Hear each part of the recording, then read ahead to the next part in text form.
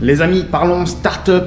Aujourd'hui, 82 startups. C'est le nombre de startups dans lesquelles j'ai investi personnellement mon propre argent. On a également investi beaucoup d'argent avec les membres du club Insolent Capital, le club à travers lequel j'ai sourcé des deals au sein du Y Combinator et pour lesquels on va lever des fonds tous ensemble avec les membres de Insolent Capital. Donc ça fait déjà beaucoup d'argent investi et beaucoup d'entre vous me demandent parfois des updates. Où est-ce que ça en est parmi les 82 startups du portefeuille?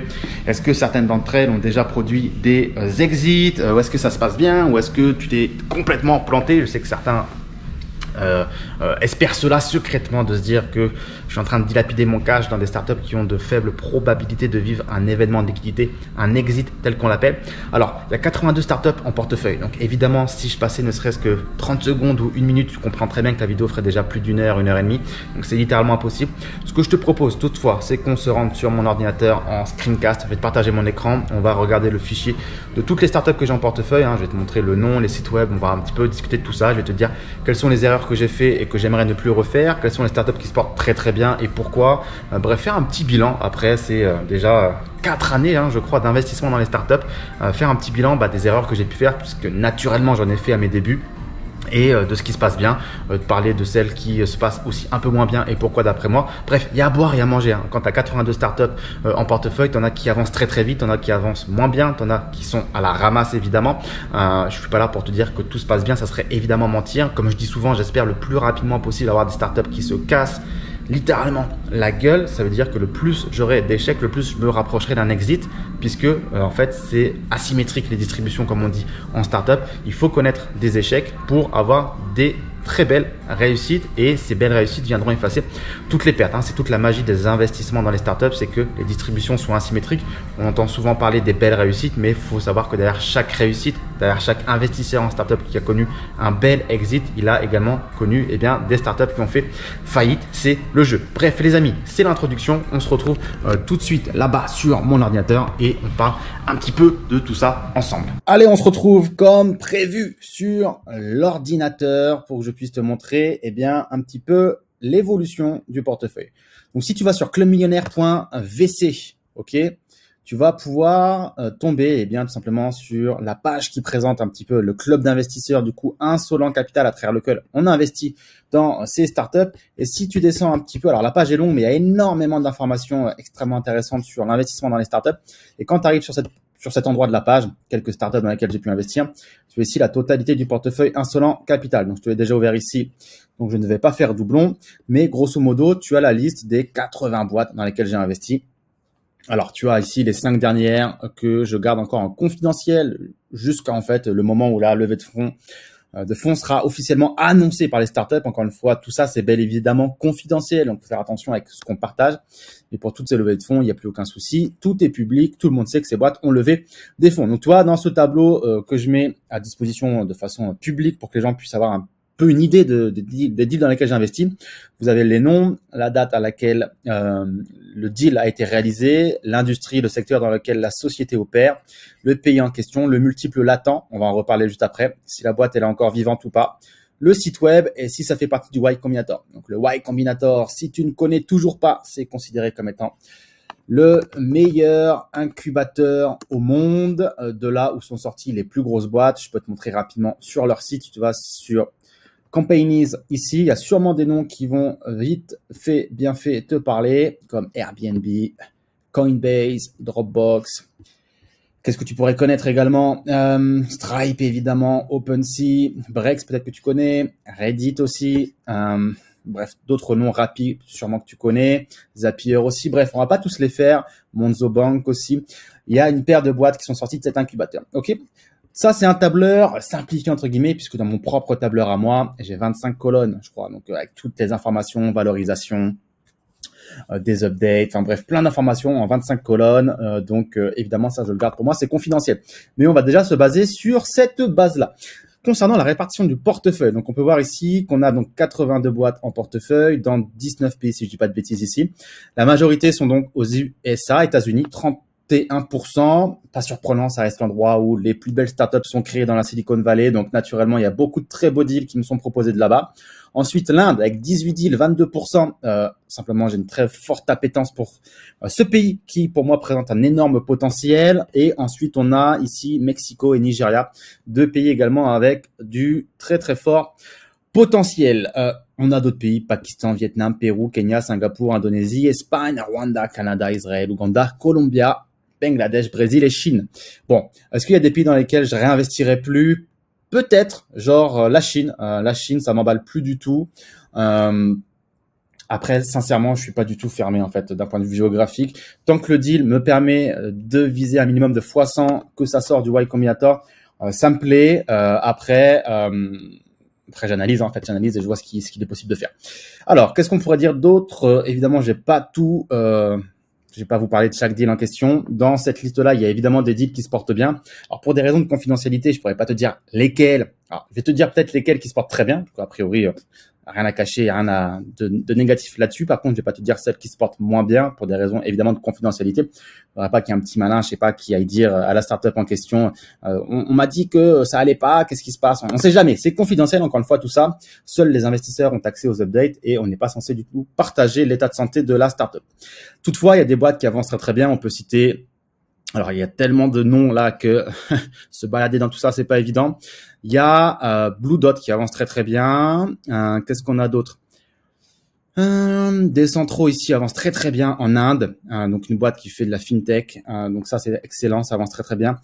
Il y a Pulpo là où on a eu un update récemment qui avance très très bien au Mexique.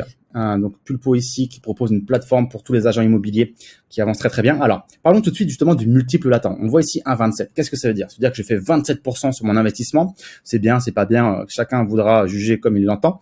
En réalité, ça veut malheureusement presque rien dire. Parce que tu peux peut-être t'être dit tout de suite, mais putain Raph, t'as énormément de deals qui sont en multiple latent 1, énormément. Même des deals que t'as fait ici, toi par exemple en 2021. Ou début 2022, ou même plutôt ici 1. Est-ce que ça veut dire que ces deals-là, c'est de la merde? Est-ce que ça veut dire que ça n'avance pas? Est-ce que ça veut dire que c'est un échec? Est-ce que ça veut dire que j'ai mal choisi? Pas du tout, les amis, parce qu'en fait, là, déjà, je vois plein de deals qui sont en x1, qui se portent très très bien. Alors, il y a Afriex là qui est en x1, qui se porte très très bien. Qu'est-ce qu'on a d'autre? Capital, est-ce que lui, ils sont déjà en x360, mais eux, ils se portent extrêmement bien. Bref, il y a plein de deals ici en x1 qui avancent bien, toi. Donc, il y a aussi des deals en x1 qui avancent moins bien. Mais en fait, ce que je veux dire par là, c'est que il y a des startups qui refont pas de levée de fonds. Et c'est ce que j'ai écrit au tout début ici. Les multiples affichés sont les multiples connus et ou réalisés. Je peux ne pas être au courant d'une nouvelle levée de fonds où la startup peut avoir développé de façon conséquente son chiffre d'affaires, valoir donc beaucoup plus d'argent sans avoir eu à réaliser de nouvelles levées de fonds. Ceci n'est donc pas reflété dans les multiples. En fait, ce qui se passe, c'est que tu as des startups, et surtout en ce moment, parce qu'en fait, il y a eu un petit peu j'ai envie de dire presque une bulle en 2021, l'argent coulait à flot, etc. Et puis dès que les taux d'intérêt ont commencé à remonter, en 2023, 2024, ça a été plus du tout le même discours au niveau des startups, au niveau des incubateurs, de la façon dont on accompagnait les startups. Le discours, ça a été orientez-vous le plus rapidement possible vers la profitabilité. La profitabilité, ça veut dire qu'on fait en sorte que, d'un point de vue opérationnel, on peut continuer d'exister, de travailler sans qu'on ait besoin de relever des fonds parce qu'on est profitable. Là où en 2021, on était en mode hyper croissance, vous inquiétez pas, on va vous donner des fonds, il faut grossir, chercher le nombre d'utilisateurs, etc., sans être profitable. Toi, c'est un peu le modèle de base d'une startup. Et avec les taux d'intérêt qui ont augmenté et la rarification des investisseurs et de l'argent disponible, les boîtes ont commencé à travailler sur la profitabilité. Ce qui fait qu'une boîte qui est profitable, bah, naturellement, elle a beaucoup moins tendance potentiellement à relever des fonds parce qu'en fait, elle peut continuer d'opérer, continuer d'itérer sans être dans une situation où elle arrive à un moment où elle a plus d'argent. Donc, en fait, il y a plein de boîtes qui sont en x1 parce que tout simplement, elles n'ont pas relevé des fonds parce qu'elles n'ont pas forcément la nécessité. Donc ça, c'est un premier cas de figure qui arrive énormément en ce moment. Après, il y a aussi des boîtes pour lesquelles elles sont en x1 ici et je sais peut-être pas, ça vaut peut-être plus. Parce que c'est pas parce que j'ai investi, par exemple, ici, je sais pas, dans Duplo en décembre 2021 que ils ont reconvié les anciens investisseurs pour une nouvelle levée de fonds. Ça m'est déjà arrivé pour une boîte où on a appris un petit peu par hasard qu'elle avait relevé des fonds à une valeur supérieure. Donc toi, c'est surprenant. On pourrait se dire qu'en tant qu'investisseur historique, on pourrait être reconvié à une nouvelle levée de fonds. C'est pas forcément toujours le cas puisque un investisseur en seed, en pré-seed, en série A, c'est pas du tout forcément la même typologie qu'un investisseur qui investit en série B, en série C, en série D. C'est plus les séries augmentent et plus les investisseurs sont institutionnels, plus les chèques sont gros et on a une typologie d'investisseurs différents. En pré-seed, c'est des petits montants, donc généralement c'est des plus petits investisseurs, des plus petits fonds, et plus la startup grossit, plus elle a besoin de beaucoup d'argent, et donc c'est une autre catégorie d'investisseurs qui intervient. Donc des fois on n'est pas toujours au courant. Donc, c'est pour ça que je dis toujours, OK, c'est cool d'avoir un multiple papier. On peut voir ici des x8, x1,59, des 1,33, des 3,40, des 4, des 1,27, des 1,75. Ça peut paraître petit, mais en réalité, 1,75, ça veut dire que tu as déjà fait 75% sur ton investissement. C'est beaucoup. x2, c'est 100%. Donc, c'est déjà très, très bien, même si nous, on vise un x100, ce qui serait évidemment une très, très belle performance. Donc, on est encore vraiment au tout début en termes de maturité du portefeuille. Si on regarde les plus anciennes, Kraken en mai 2019, ça fait à peine 4 ans que j'ai commencé à investir, en sachant qu'en 2020, il y avait 2 deals, 2021, alors 2020, il y a un peu plus de 2 deals, parce que là, il y a eu un truc dont on va reparler. 2020, il y a eu 2, 3, 4 deals seulement. 2021, il y en a eu un peu plus, beaucoup plus même, énormément plus en fait même. Mais le portefeuille, il est récent. Voilà, la majorité des startups ont moins de 3 ans. Donc pour l'instant, on est totalement dans un cycle de vie classique en termes de portefeuille, en termes de maturité. On peut voir que toutes les boîtes sont d'ailleurs en vie. Il n'y en a aucune qui est morte. Alors en réalité, il y en a une qui est morte. Je vais pas dire laquelle pour des questions de confidentialité. Mais les CEO ont recréé une boîte derrière. C'est une boîte indienne. Les CEO ont recréé une boîte derrière et nous ont donné un peu de part de cette nouvelle boîte, entre guillemets, pour s'excuser d'avoir planté la boîte précédente. Donc, c'est vraiment tout à leur honneur. Ils avaient vraiment pas l'obligation de faire ça. Mais ayant planté la boîte, tous les investisseurs historiques ont eu, alors pas dans les mêmes proportions, hein, évidemment beaucoup moins, mais ont eu un peu de part dans la nouvelle société, ce qui est vraiment très, très bien. Donc, je considère pas la boîte morte puisqu'on a récupéré des parts de notre boîte. Donc, entre guillemets, sur les fondateurs sur lesquels on a parié, on est toujours en train de parier sur eux et ils sont toujours en train d'itérer sur une nouvelle boîte. Donc, on va dire il y a une boîte semi-morte. Sinon, tout le reste est toujours vivant, avec plus ou moins encore une fois, de traction ou pas. Il y a des boîtes, franchement, elles sont impressionnantes. Notamment, je pense qu'une de mes favorites dans le portefeuille, c'est Capital. Capital ici, donc une boîte mexicaine qui propose littéralement une fintech pour les small and medium business en Amérique du Sud. Donc, ils ont commencé par le Mexique, là, ils sont en Colombie, ils sont en train de s'étendre vraiment partout en Amérique du Sud. Franchement, j'ai même du mal, moi, à suivre tellement ils avancent vite et je vois passer beaucoup de choses. Alors, je sais pas pourquoi Google ne veut pas m'ouvrir. Tiens, je l'avais ici, je crois. Capital MX. Voilà. Donc, vraiment, eux, ils ont une très, très forte traction. Alors justement, est-ce que voilà, c'est bon signe? Est-ce que ça veut dire qu'on est sûr de gagner de l'argent? Non, parce que évidemment tout peut se passer dans l'écosystème startup. Il y a des startups qui vont avancer très vite, avoir une très très belle croissance, et puis elles subissent un événement de marché, et puis boum, ça refait demi-tour. Il y a des startups qui galèrent, et puis finalement elles pivotent, elles trouvent leur dada, leur product market fit comme on dit, et là elles explosent. Donc vraiment par expérience, en seulement 3-4 ans d'investissement dans les startups, j'ai déjà vu énormément de cas de figure et je vais te partager quelques leçons que j'ai retenues de tout ça. La première chose, c'est ne jamais trop investir sur une boîte. Donc, c'est-à-dire que au début, je faisais un petit peu l'erreur parfois de trop alourdir mes positions. Toi, là, j'ai fait 4 levées de fonds pour Oxygène.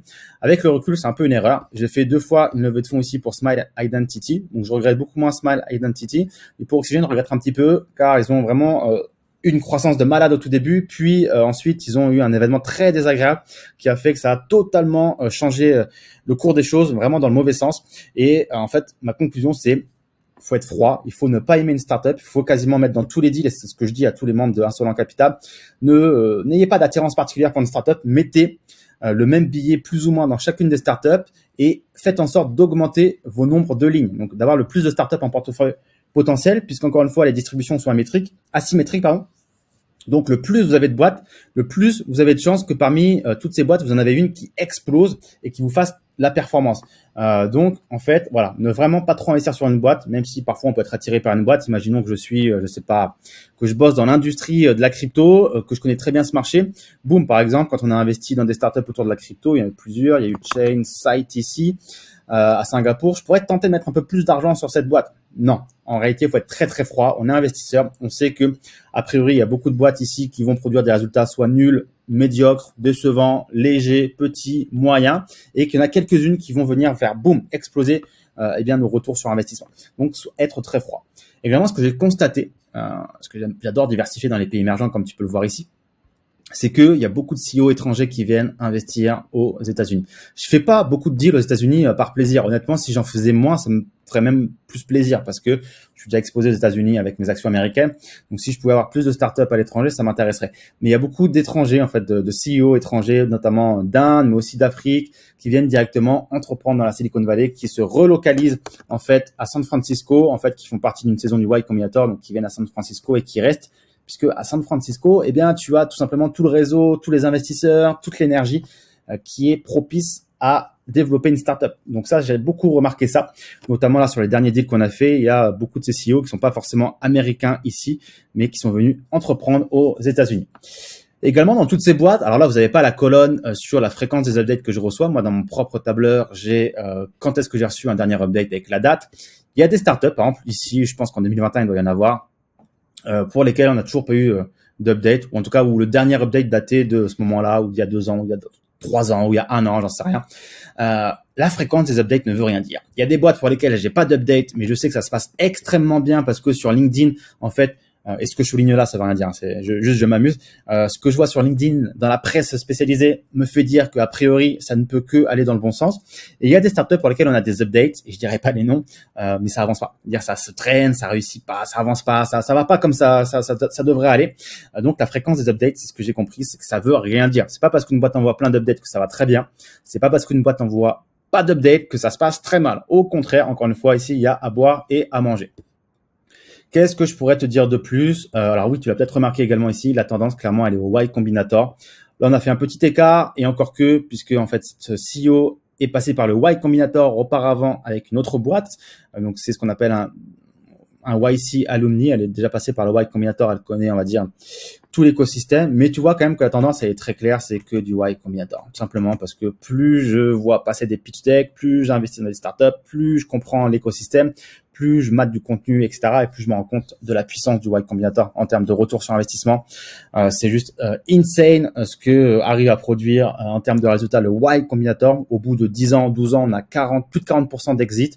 On a un taux de licorne qui est 3 fois supérieur à celui de la moyenne du marché de tous les incubateurs et VC. Donc, c'est juste insane. Donc, a priori, je pense que désormais, il n'y aura que des deals Y Combinator.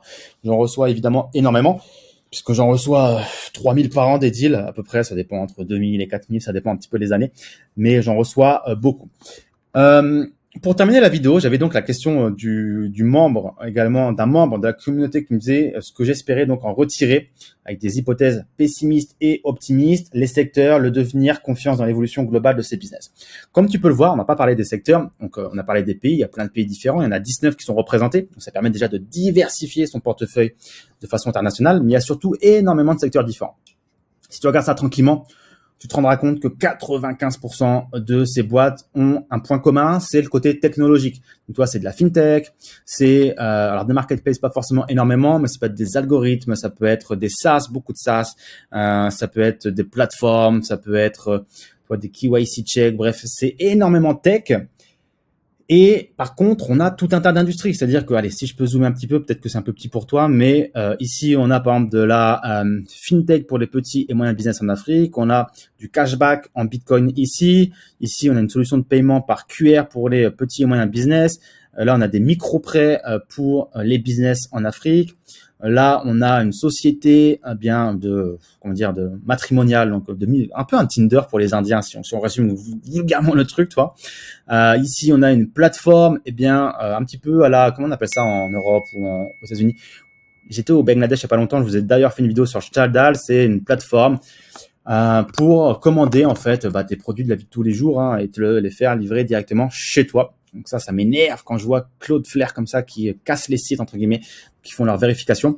Mais bref, tu commandes tes produits, ça arrive chez toi. Mais c'est encore une fois une solution tech. Qu'est-ce qu'on a d'autre là? On a ici une solution d'assurance pour les gros investisseurs immobiliers. On a une solution pour améliorer le credit score des Américains. Là, on a une solution de test pour les développeurs. Bref, on a énormément de industries qui sont représentées ici. Je crois qu'on a perdu la caméra. Hop, je vais voir si je peux vous la remettre. Voilà, parfait.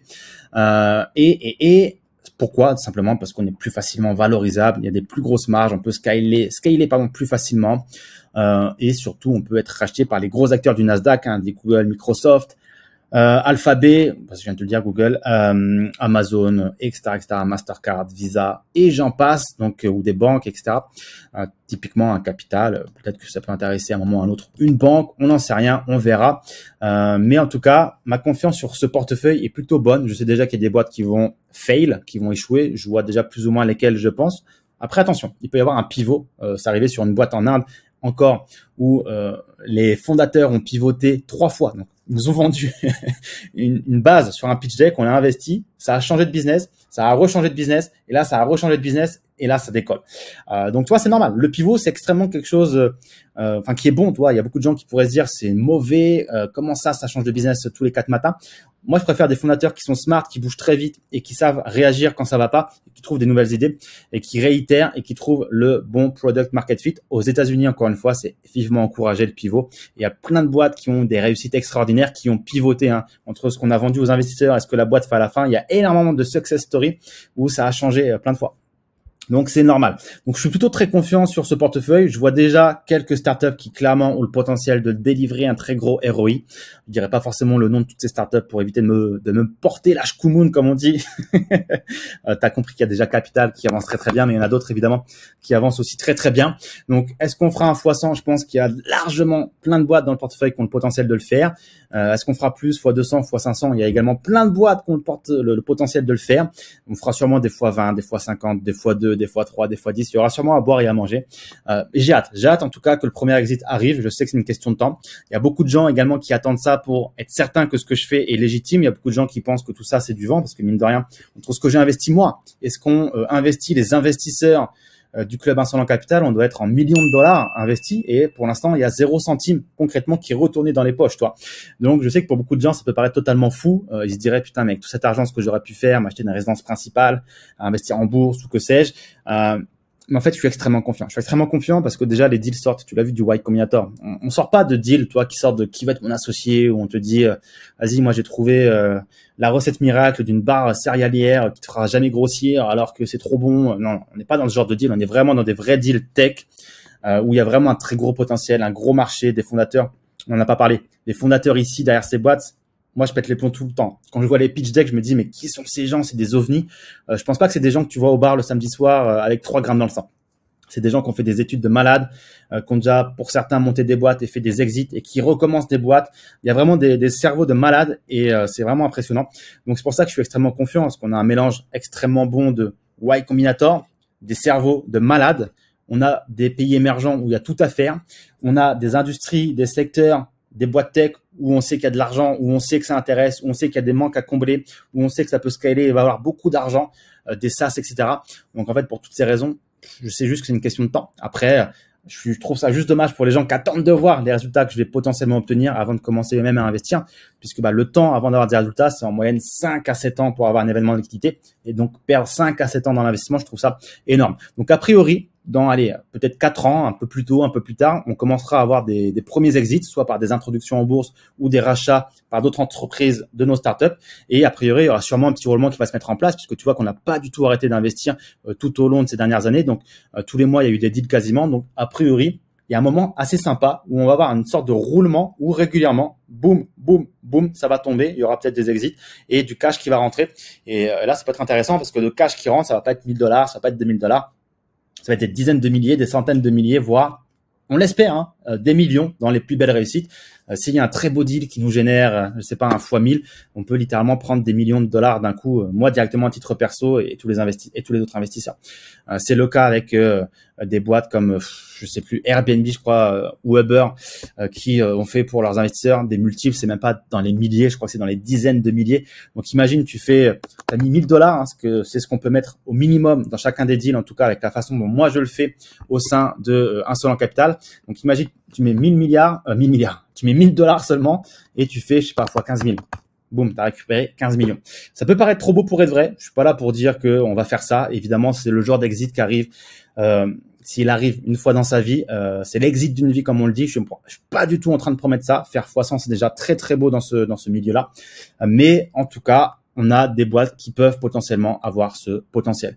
Donc, on verra les amis, on croise les doigts, on continue de faire le taf, on continue de recevoir des deals, on continue de faire la due diligence, de les analyser sérieusement, de cerner le potentiel et puis ensuite de voir jusqu'où ça nous mènera. Encore une fois, on plante des graines, tu vois, on plante 82 graines ici. Il y a des arbres qui sont plus ou moins gros que d'autres. On verra lesquels et en tout cas, on est prêt à récolter les fruits. Voilà les amis, n'hésitez pas à me dire dans les commentaires ci-dessous si vous avez la moindre question sur le portefeuille. Comme je vous le disais, je ne vous ai pas repris chaque entreprise une par une, sinon on sera encore là dans 3 heures.